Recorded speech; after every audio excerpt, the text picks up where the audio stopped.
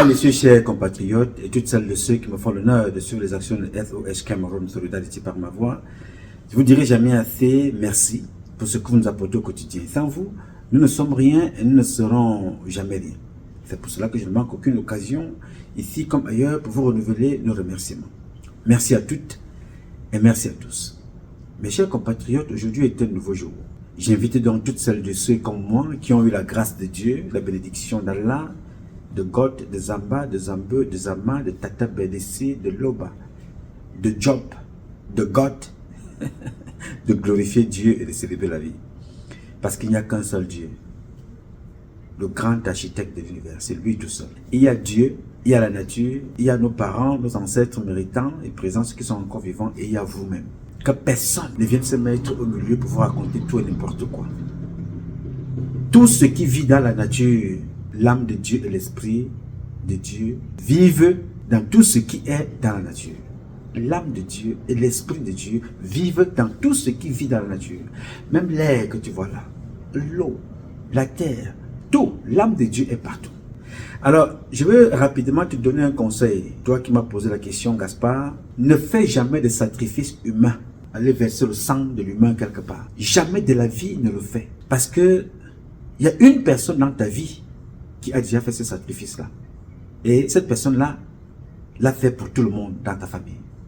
Il y a une personne dans ta famille qui a fait un sacrifice du sang humain. Personne d'autre n'a le droit de le faire dans ta famille. Oui, monsieur. Et la seule personne qui l'a fait dans ta famille, c'est ta maman. Donc, qui a donné, qui a versé le sang en donnant la vie à ta petite personne. Et quand elle a versé ce sang-là, c'est le sacrifice qu'elle a fait. Parce qu'il ne peut pas avoir plus grand sacrifice pour les humains que nous sommes que ce sang qu'elle a versé. Quand elle t'a accouché, c'est quelque chose que tu ne sais pas, et là on en parlera en privé. Quand elle t'a accouché, le cordon ombilical avait été coupé et a été enterré quelque part. Si tu connais là où il était enterré, c'est là où il faut aller prier. Si tu connais, pour ceux qui savent là où leur maman a enterré le cordon ombilical, c'est ça qui fait la différence entre nous et les Occidentaux. Le cordon ombilical, on le coupe, on donne le blanc, le médecin part avec ça, on ne sait pas où. Mais le cordon ombilical, il est lié à Dieu qui t'a créé, il est lié à ta mère, et ta mère t'a lié à là où elle vient, à la terre là où nous venons. Elle a enterré quelque part. Il y a Dieu de ce cordon-là, il y a ta mère, il y a toi, et il y a la terre.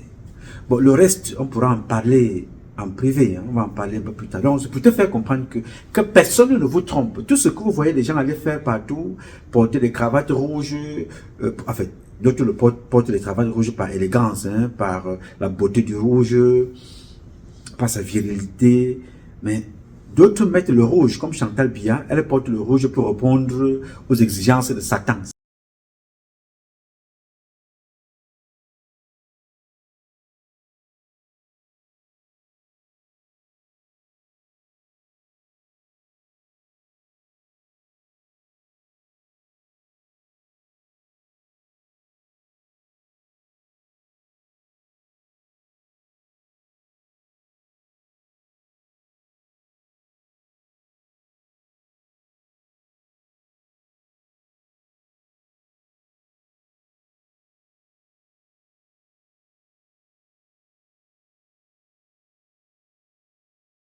Ça, c'est leur uniforme, le rouge. C'est l'uniforme que Satan leur a imposé. Vous verrez donc que certaines personnes aujourd'hui, comme les Moutés, parfois, ils fêtent son anniversaire et portent le rouge. Ils ne portent pas le rouge parce qu'ils aiment le rouge. Tu vois un homme normal, comme je suis assis là. Tu me vois porter le rouge jusqu'aux chaussures. Si tu observes bien maintenant, là à Yaoundé, tu verras maintenant certains ministres, ils s'habillent normalement, son caleçon est rouge, ses chaussettes sont rouges.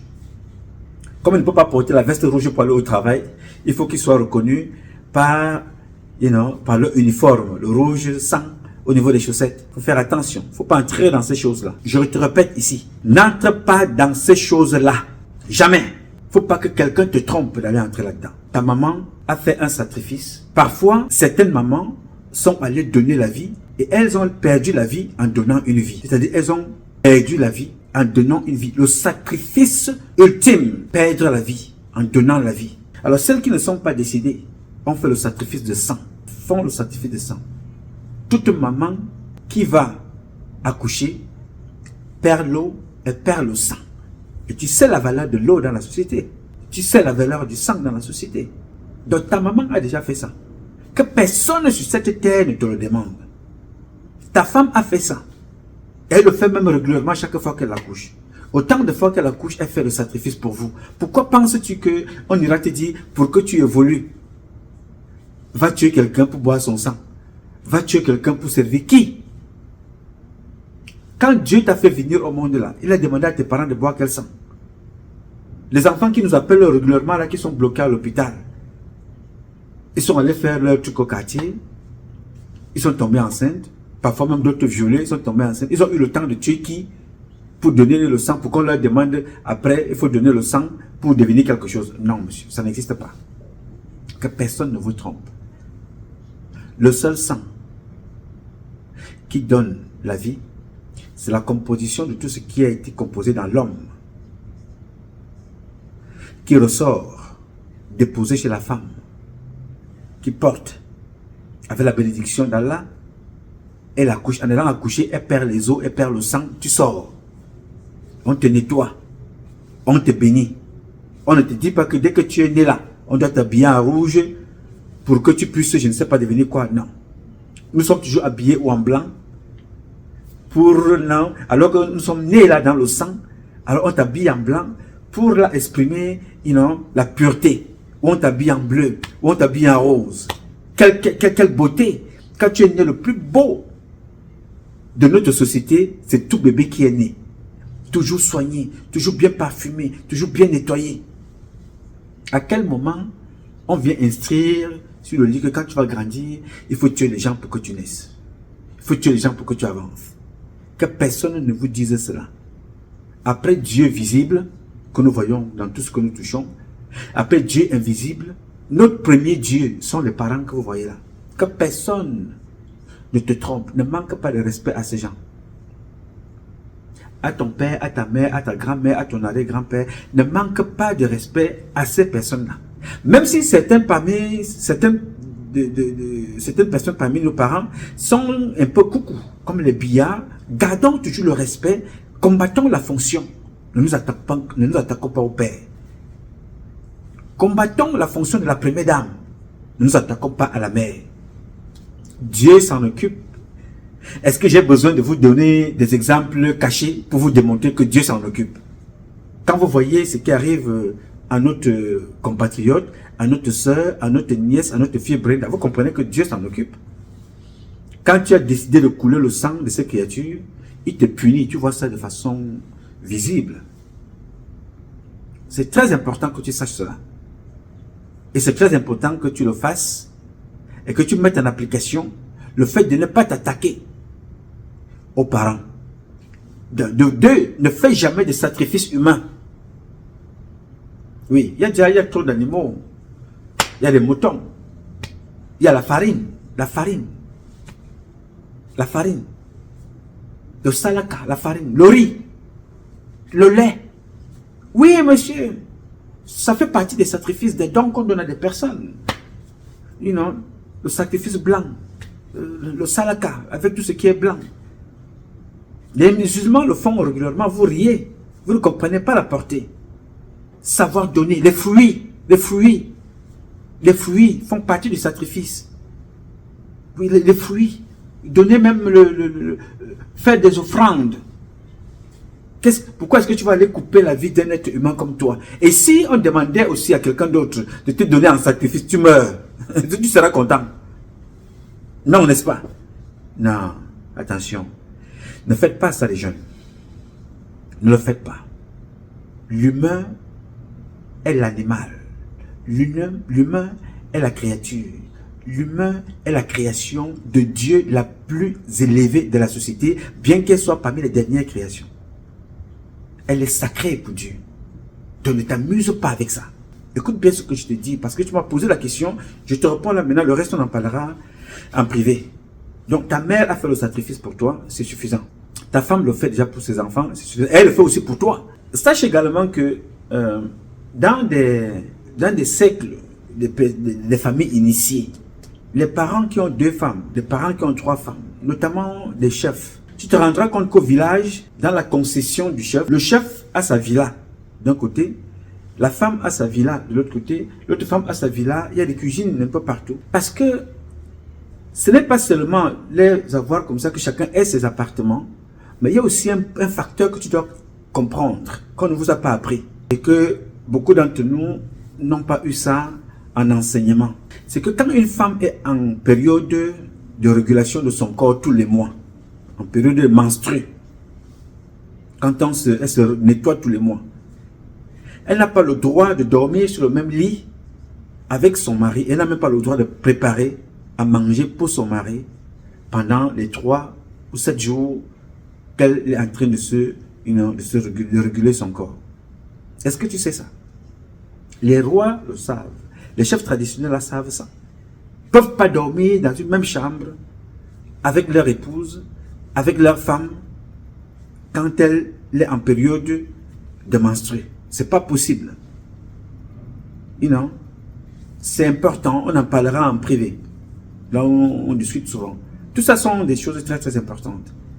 Tu poseras la question également, pourquoi cette femme-là qui donne la vie et perd son sang, ne peut-elle pas dormir dans le même lit avec son mari quand elle est en période qu'elle voit en période de menstrue, elle ne peut même pas préparer pour son mari. Tout ça, ça a des explications. On en parlera en privé. Ok? Il fallait que je te dise ça. Pour vous, en général, ne faites jamais de sacrifices humains. Ne tuez personne. Ne tuez jamais personne de toute votre vie. Ne versez le sang de personne. Parce que c'est important.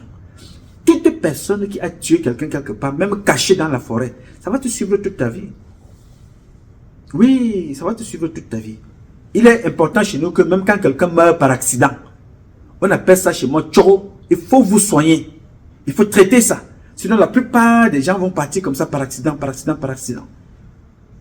Donc, il est important que tu comprennes la valeur du sang coulé, la valeur d'une vie ôtée, la valeur d'une vie sacrifiée.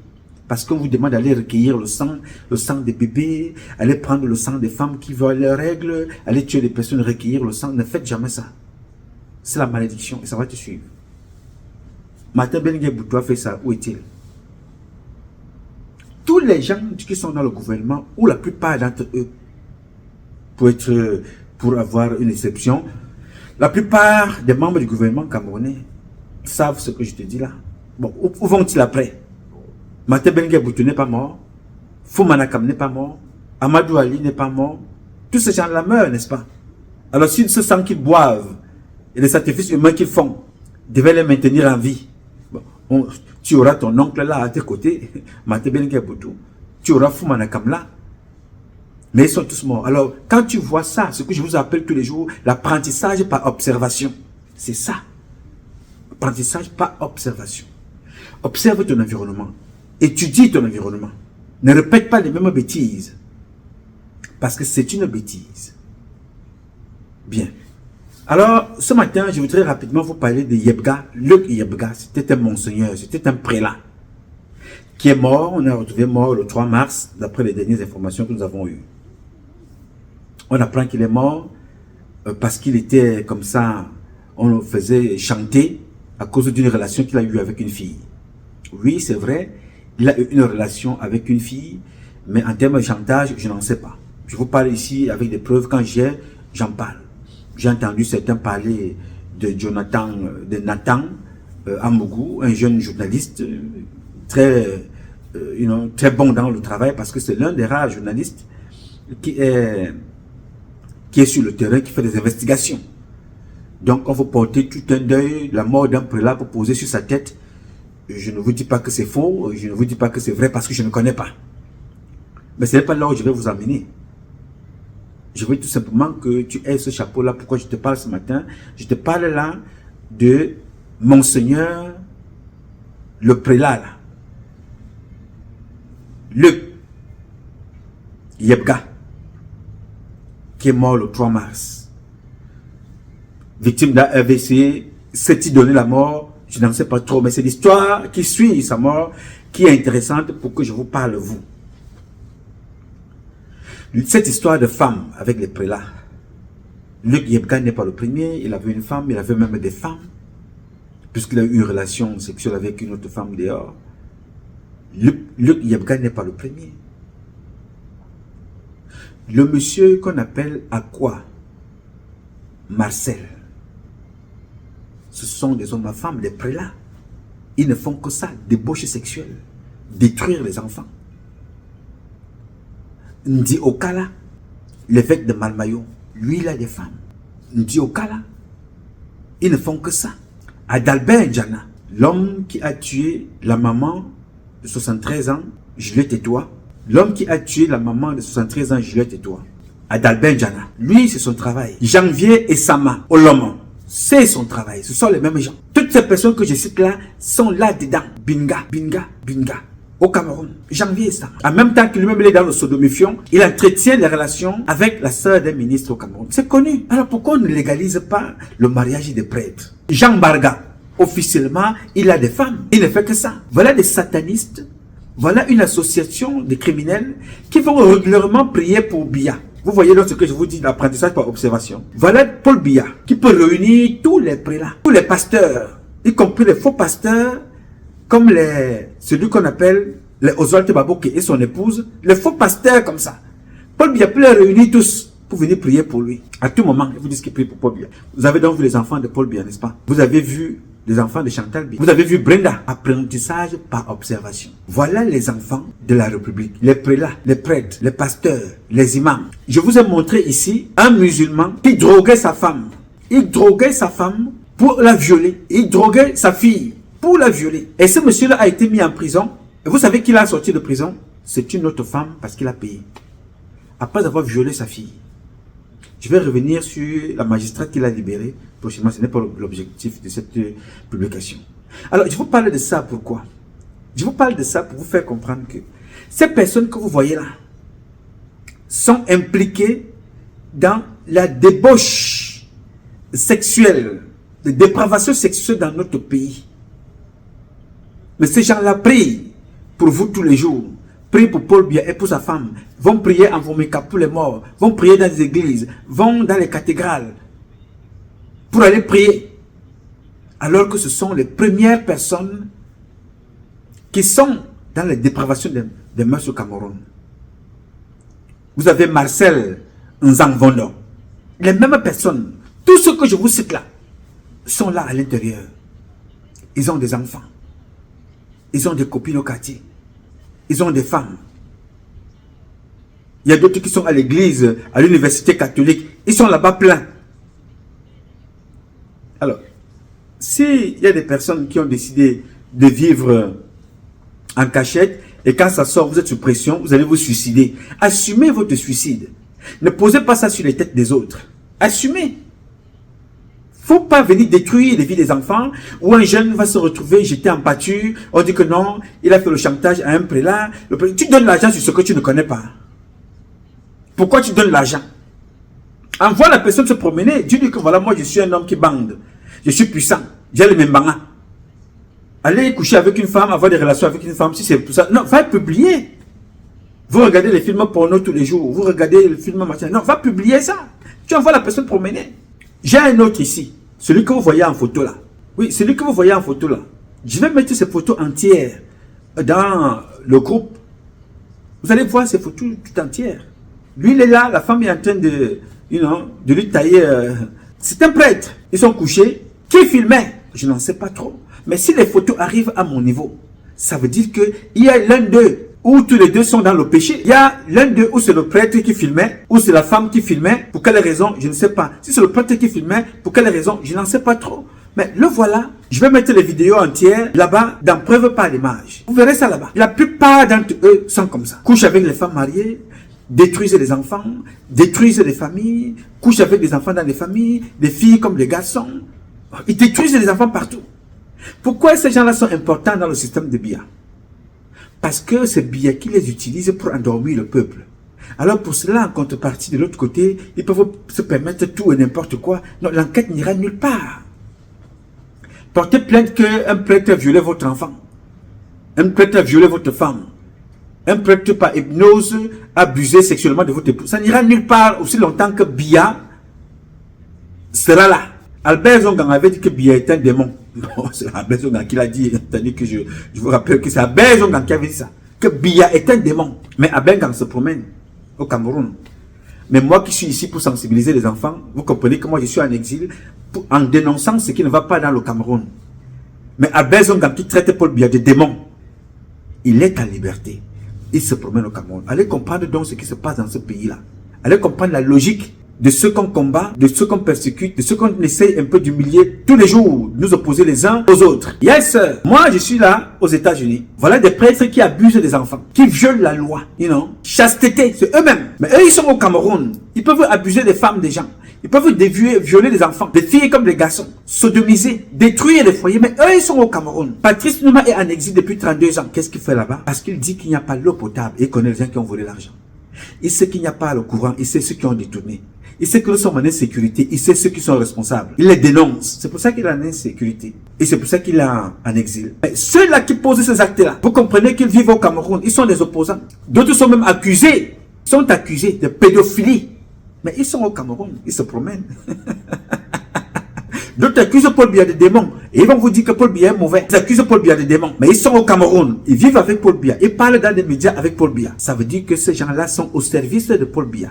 Ils sont donc au service du démon. Albert Zongang est au service du démon. Jean Barga est au service du démon. Ndi Okala est au service du démon. Oui, monsieur. Janvier et Sama Olomo est au service du démon. Ces gens-là, Adalben Djana, il est au service du démon. Marcel Zang Mbondo est au service du démon. À quoi Marcel est au service du démon. Je donne le nom ici que c'est Albert Zongang qui avait dit que Paul Biya est un démon. Donc je ne prends que ça et j'envoie. Parce que si tous ces gens-là n'étaient pas au service du démon, la plupart seraient aujourd'hui, ils seront tous en prison. Parce que les femmes n'ont pas encore commencé à parler. Les femmes que vous voyez là, des membres du gouvernement, elles n'ont pas encore commencé à dire des choses. Je vais enlever les lunettes de mon ami Augustine. Ces femmes-là n'ont pas encore commencé à parler. Non. Elles vont commencer à parler quand Biya ne sera plus au pouvoir et qu'il y aura une troisième république, un nouveau gouvernement, une nouvelle juridiction. Elles vont dire les choses qu'elles ont subies avec les gens que vous voyez. Oui, monsieur. Tous ces gens que vous voyez là sont aux serviteurs de leur hégémon central. Albert Zongang a appelé démon. Ben oui, c'est ça. Parce que vous voyez celui qui dénonce ici. Vous voyez celui qui vous informe. Vous voyez celui qui sensibilise. Mais ceux qui sont à la base, qui vivent ces choses-là et dénoncent ça tous les jours, mais vous ne les voyez pas. Albert Zongang est là-bas. D'autres que vous connaissez sont accusés de pédophiles, mais ils sont là. Ils vous diront que non, l'enquête n'a pas abouti. Ils sont eux-mêmes avocats. L'enquête n'a pas abouti. Mais si l'enquête n'aboutit pas, allez porter plainte. Voilà des gens qui m'ont porté plainte au Cameroun. Martin Bellinger Boutou. Il était où? Il était du Cameroun. Ici, il a porté plainte. Malheureusement pour lui, avec des preuves tellement flagrantes qu'ils ont perdu. Donc, je voulais te dire ici que ces gens que vous voyez là veulent cacher leur mort, ou bien leurs impairs en allant se cacher derrière un enfant, en disant que voilà, le jeune là, Nathan Amogou, il a fait le chantage, il a demandé s'il a demandé ça. Mais mon ami, tu veux me faire le chantage et je dois me suicider. Je me suicide parce que tu me fais le chantage. Je suis allé dormir avec une femme. Tu as mes vidéos. Mais est-ce que je suis... comment? Est-ce que tu m'as trouvé avec un homme? Tu m'as trouvé avec une femme ou tu m'as filmé avec une femme? Mais va publier. Publie ça. Je vais me suicider pour ça? Non, jamais. Je ne peux pas. Donc, je ne sais pas ce qui s'est passé, mais je voudrais tout simplement ici te dire, je ne veux pas permettre que le petit la porte une si lourde responsabilité de dire que quelqu'un s'est suicidé parce qu'il était sous la pression d'un chantage. Non, monsieur. Jamais. Jamais. Voilà les membres du gouvernement. Ils sont sous la pression des dénonciations tous les jours. S'ils ne s'entretuent pas entre eux, pourquoi? Qui s'est suicidé là parmi eux? Personne ne se suicide parmi ces gens-là. Parce que la plupart d'entre eux sont des démons, des satanistes. C'est Albert Zongang qui dit. Ce sont des gens qui devraient être punis, poursuivis. Je me souviens que à Tanga, l'évêque de l'Est, le grand frère ou l'oncle de celui qu'on appelait Mbida Cosmas, ils ont tué 15 enfants dans l'oignon. Atanga l'a pris pour que les parents ne se lèvent pas. Il a pris cet individu-là, il l'a envoyé à Koutaba, qu'il a se caché là-bas pour quelques mois. Enquête cassée sans suite. Et Atanga, vous connaissez qui est Atanga? L'évêque de l'Est, qui avait écrit, il a écrit au Vatican, qu'on fasse fuir les prêtres blancs qui ont violé dans notre pays les jeunes garçons. Il s'appelle Atanga. Il est parenté, c'est l'oncle, il est parenté à celui qui a la présidence, à Mogobete. Oui, monsieur, c'est la même personne. Il ne s'est pas suicidé. Il est là.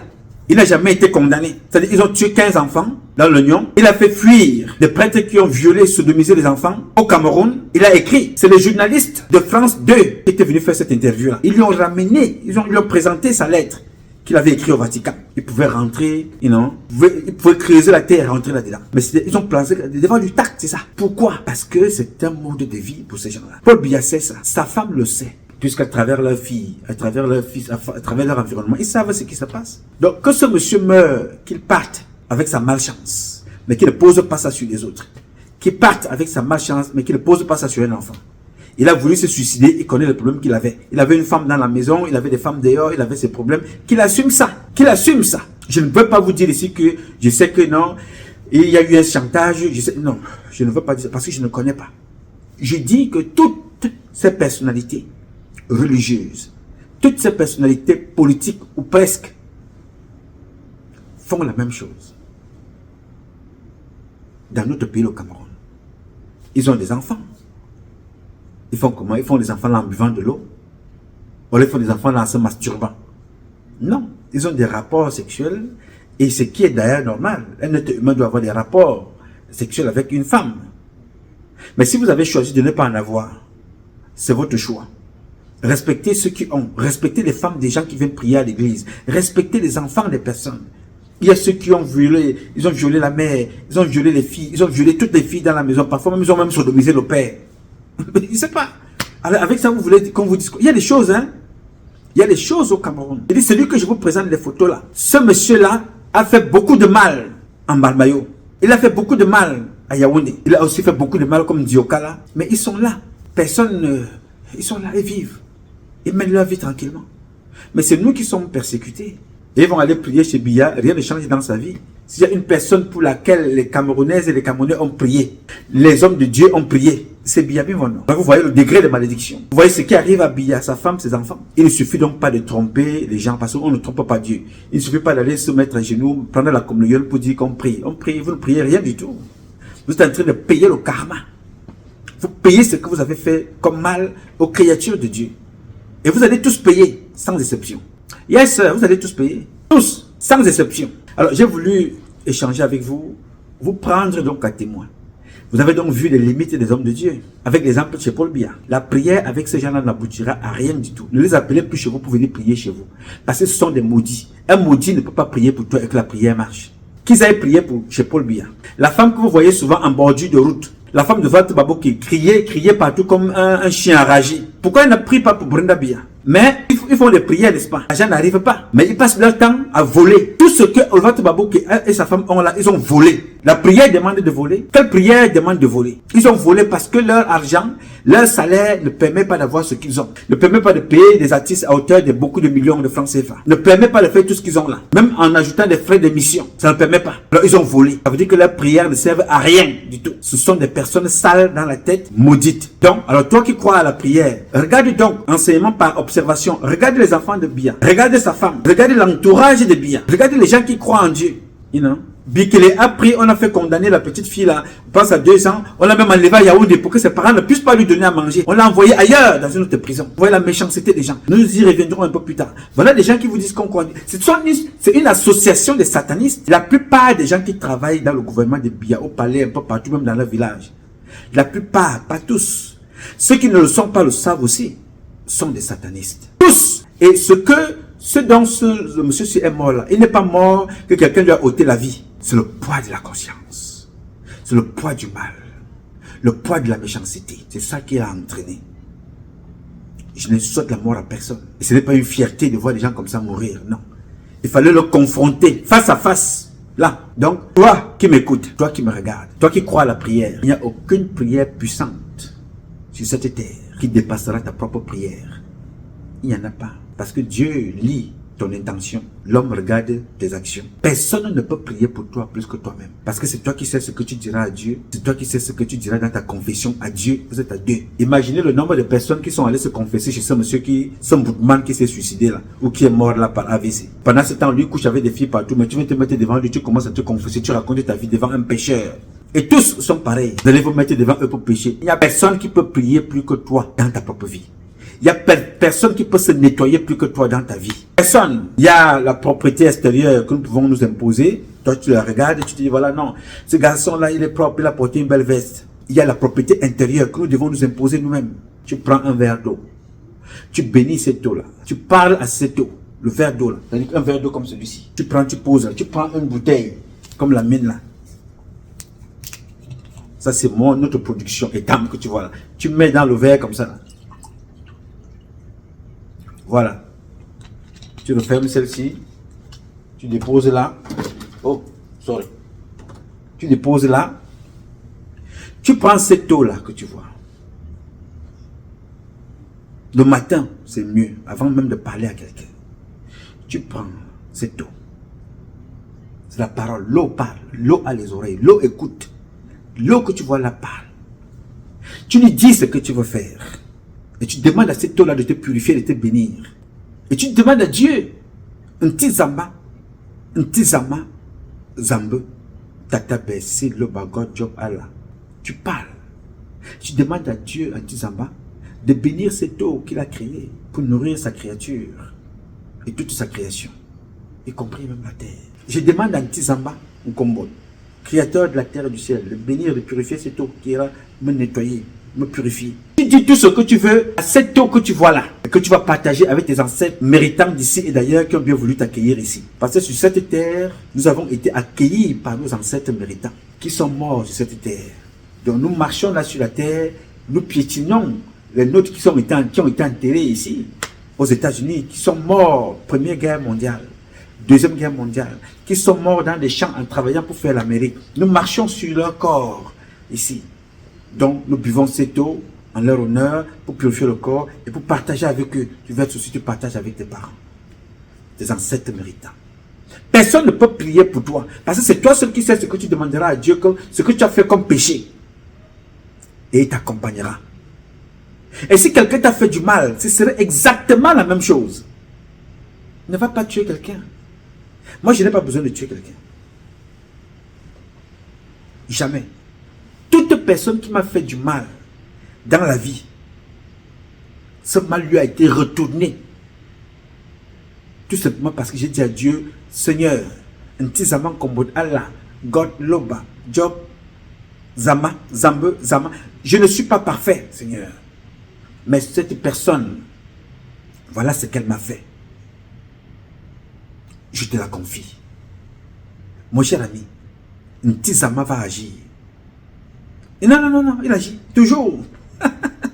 Avec Lola, je ne t'ai pas dit qu'ajoute quelque chose d'autre.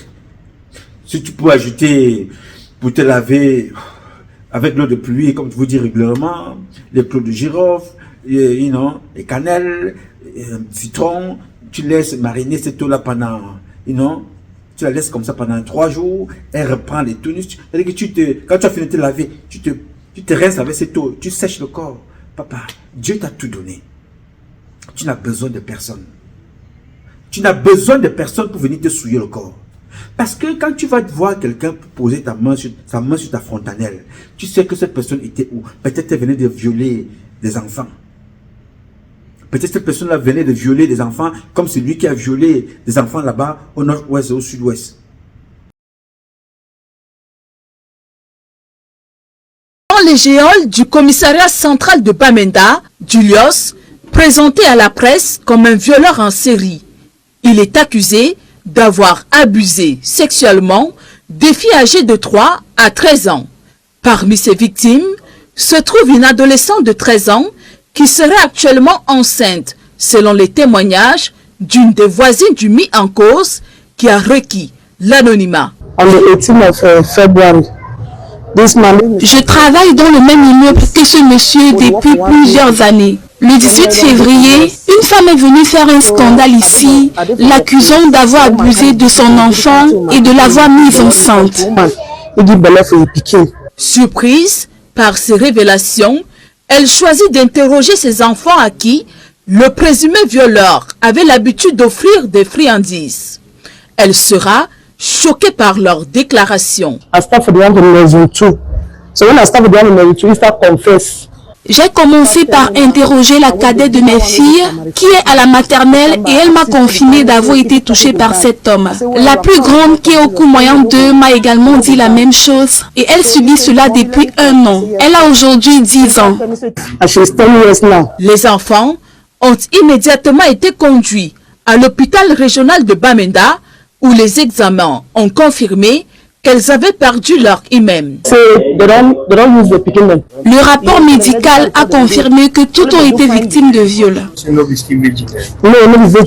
Au moins 6 mineurs figurent parmi les nombreuses victimes du présumé violeur. Âgé de 56 ans, enseignant et maître de conférences à l'université de Bamenda, il sera présenté devant le procureur de la République pour répondre des faits qui lui sont reprochés. Voilà. C'est-à-dire que des gens qui passent leur temps à aller violer des enfants, alors des prêtres comme ça, ils viennent, te posent la main sur la tête, ils bénissent. Il ne peut pas te bénir parce qu'il est sale. Il ne peut pas. Il ne peut pas te bénir, sa bénédiction ne marchera pas. Parce que devant Dieu, il est impur. Tu peux te bénir toi-même. Tu peux te bénir. Tu peux te purifier pendant 3 jours. C'est des choses que Dieu a mis à ta disposition. Dieu a mis tout ça à ta disposition pour que tu puisses te purifier, pour que tu puisses demander pardon, pour que tu puisses te laver. Tout est là.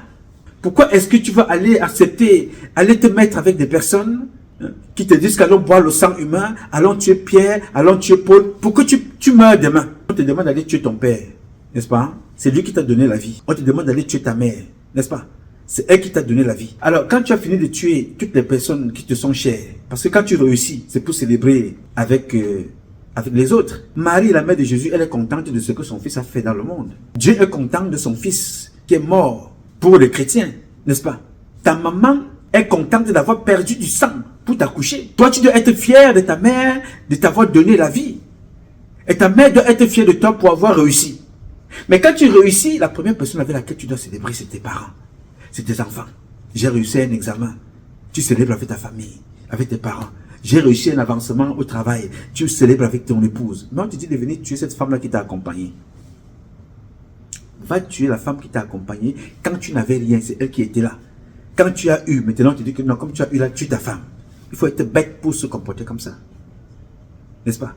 Moi qui te parle ici, je ne suis pas parfait, mais je préfère mourir que de ôter la vie à qui que ce soit. Est-ce que tu suis ça? Je préfère mourir que de ôter la vie à un être humain. Je ne suis pourtant pas parfait. Je préfère mourir que d'apprendre qu'il faut aller tuer quelqu'un pour être riche. Mon frère, écoute-moi. Vraiment, peut-être ce sera mon dernier mot pour cette publication. Je suis le plus riche de tous les membres du gouvernement de Biabion.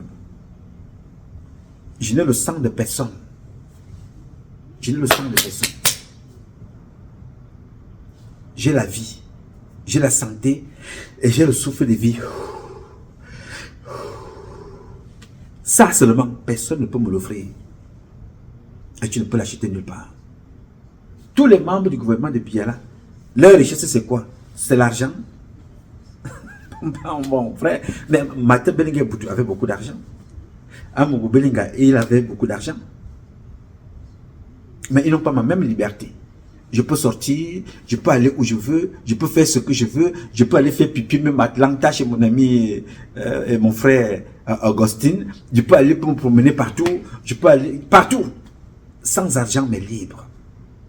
La conscience, elle est reposante. Je suis libre comme le vent. Que personne ne te le demande. La richesse d'un homme, ce n'est pas le matériel parce que Dieu nous a tout donné. Je suis venu sur cette terre avec tout. Donc la plus grande richesse pour moi, c'est toi qui es dans ma vie. C'est toi ma soeur, c'est toi mon frère. Ce n'est pas l'argent. Ce n'est pas l'or. L'or a été créé pour accompagner notre quotidien. C'est pour ça que Dieu a créé tout ça. Pour que nous soyons beaux. Pour que nous ayons des femmes belles. Pour qu'elles portent des bijoux. Donc Dieu m'a tout donné. Pourquoi penses-tu que je vais aller tuer quelqu'un pour obtenir ce que Dieu m'a donné naturellement? Il faut être... il faut être coucou. Je ne sais pas. Tous les jours où je me lave, je m'habille, je suis propre. Et je vous ai dit que le jour où Dieu m'appellera, ne portez pas les choses rouges. Qu'on ne vous exige pas le noir. Qu'on ne vous exige pas le blanc. Habillez-vous comme vous voulez. Venez au deuil. Mais ne portez pas le rouge. Parce que c'est... Portez les petits chipagnes, portez les costumes, portez les vestes, portez les mêmes polos, portez même la t-shirt, portez le gandoura, portez tout ce que tu veux. Pour venir me célébrer. Dis oui, c'était le Fils de la République, la créature de Dieu. Dieu l'a rappelé. Ne te donne pas des interdits en venant, non. Moi-même, je ne porte pas le rouge. Le seul rouge que je supporte dans ma vie, c'est le rouge que tu vois derrière moi là. Les drapeaux que tu vois là. Parce que les drapeaux là symbolisent mes deux pays. Les drapeaux que tu vois là symbolisent mon pays de naissance et mon pays d'accueil. C'est le seul rouge que je tolère chez moi à la maison. Moi, je n'aime pas le rouge, donc je ne peux pas te l'exiger. Moi, je n'aime pas le rouge, donc je ne peux pas te l'exiger. Alors, je voudrais te le dire ici. Vraiment, c'est le seul mot de fin que je puisse te donner. N'accepte pas que quelqu'un te pose la main sur la fontanelle. Tout le monde ne doit pas poser la main sur ton nombril. Tout le monde ne doit pas toucher ton sexe. Que tu sois une femme, que tu sois un homme. C'est des endroits très sacrés. C'est des endroits sacrés. Il faut faire très très attention. Tout le monde ne doit pas toucher ton corps n'importe comment. Parce que le corps, c'est une porte ouverte à tout. Parce que les portes que vous voyez là sont des portes d'entrée et des portes de sortie. La paume de main est une porte d'entrée, une porte de sortie, on se salue tout le temps. La plante des pieds. De temps en temps, quand ça t'arrive, tu vas au village, marche aussi pieds nus pour recharger l'énergie. Les parents vont te pomper l'énergie. Oh, qu'est-ce qu'on a tellement beaucoup à dire. On a beaucoup à dire. Dieu est merveilleux, il nous a tout donné. Tu n'as rien à envier à quelqu'un d'autre parce que Dieu t'a tout donné. Il est à toi. Tu vas le chercher où? Pourquoi vas-tu chercher ailleurs ce que tu as toi-même? Il a dit, Dieu t'a créé à son image.